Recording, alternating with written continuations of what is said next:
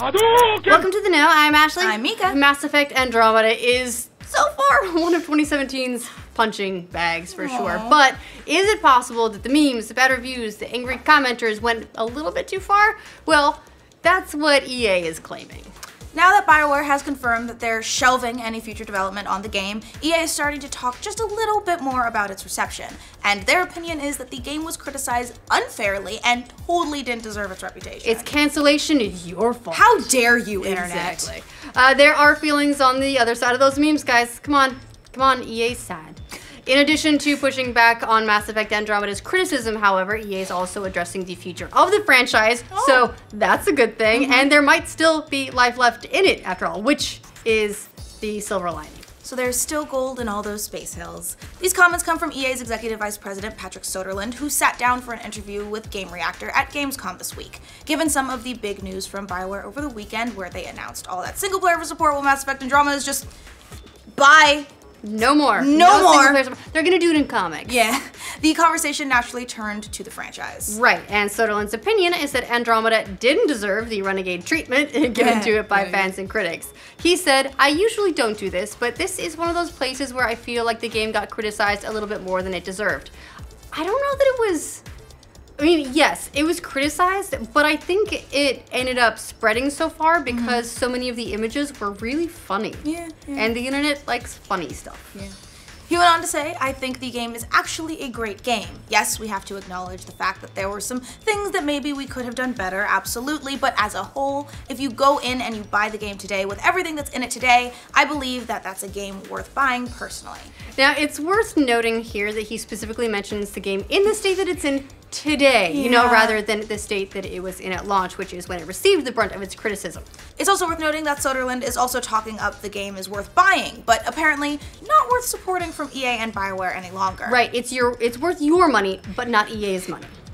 While we don't know the exact inner workings between the publisher and developer, on the outside it looks like EA is behind the gradual shutdown of the games and the whole franchise's development following its release. You know what's interesting is this is what, 5 months after release? Didn't EA offer to delay the game by 5 months if it needed it, and then they decided it didn't need it?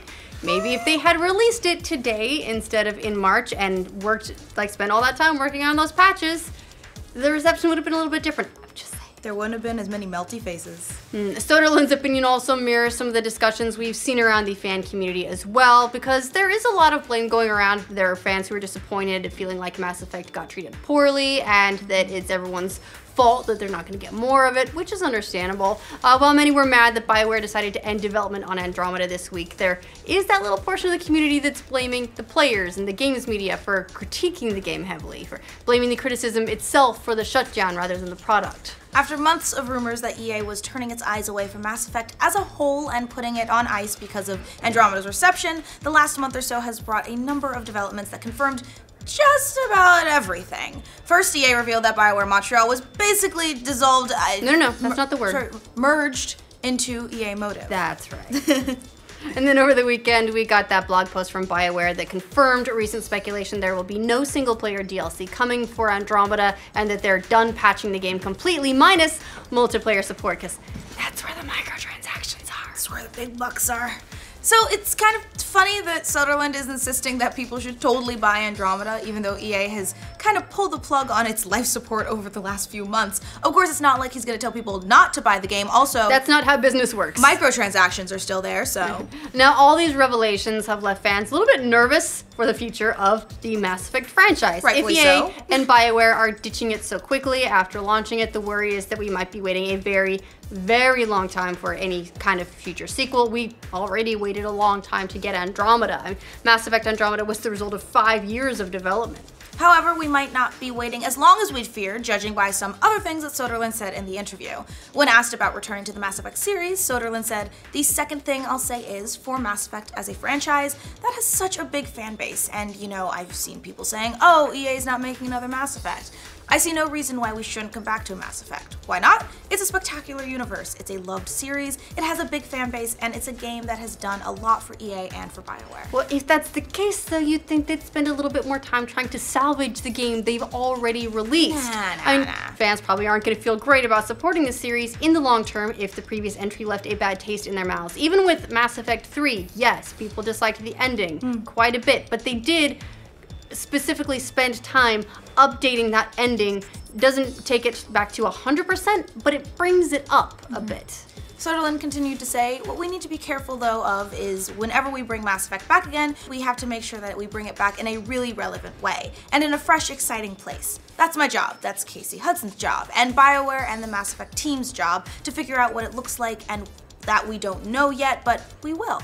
So, there you have it. Mass Effect not necessarily dead, which I think is the most promising news we've heard since they announced they were dissolving the studio and then ditching any sort of single player support for the game. Mass Effect could have future life because EA knows that's worth something. But you do have to wonder if and when they decide to return to it, who's going to be holding the reins and what are they going to do? After all, BioWare Edmonton, the original outfit for the Mass Effect trilogy, is probably going to be tied up on Anthem for the foreseeable future. By all accounts, they're planning on sticking with that franchise for at least a decade. So they're going to be busy. So they'd have to outsource it to another BioWare studio or another EA team in general, which could lead to some of the same problems all over again. One of the big sticking points with Mass Effect Andromeda from fans is that it lacked what felt like a lot of the heart and soul of the original series, never mind the technical polish. In the end, it's a little unclear why EA would want to cut off support if they really do believe in the product. Based on some other recent quotes from Executive Vice President Laura Meal, EA's most important metric these days is player happiness rather than revenue. Yeah, Meal told MCV UK, internally at EA, we now measure player sentiment and player engagement over dollars or unit sales. We really have taken a really significant shift. Considering we know that Mass Effect Andromeda was a financial success for EA, they identified it as a significant contributor to their revenue growth. Their most recent earnings report, maybe they feel like the player sentiment was so overwhelmingly negative despite recent efforts that it just wasn't going to be worth it to fix in the long term. And to be clear, we know that it made EA money. We're not sure that necessarily translates to it being profitable, which is different. Obviously it made money because every unit sold makes money and that's going to bump their revenue for the quarter up. But then you have to measure that against what it costs to develop it, and maybe it didn't come out positive there, we don't know, but apparently EA says that's not what they're measuring on anymore, so we'll see. What do you guys think of EA's insistence that the criticism around Mass Effect Andromeda was unfair? Let us know in the comments. For future updates about Mass Effect Andromeda and all the executives with hurt feelings, remember to like this video and subscribe to The Know. These comments come from EA's Executive Vice President Patrick Soderlund. It's also worth noting that Soderlund is also talking up. We have to make sure that we bring it back in a relatively relevant way and in a fresh, exciting place. I think really relevant? What did I say? Relatively. Gotcha.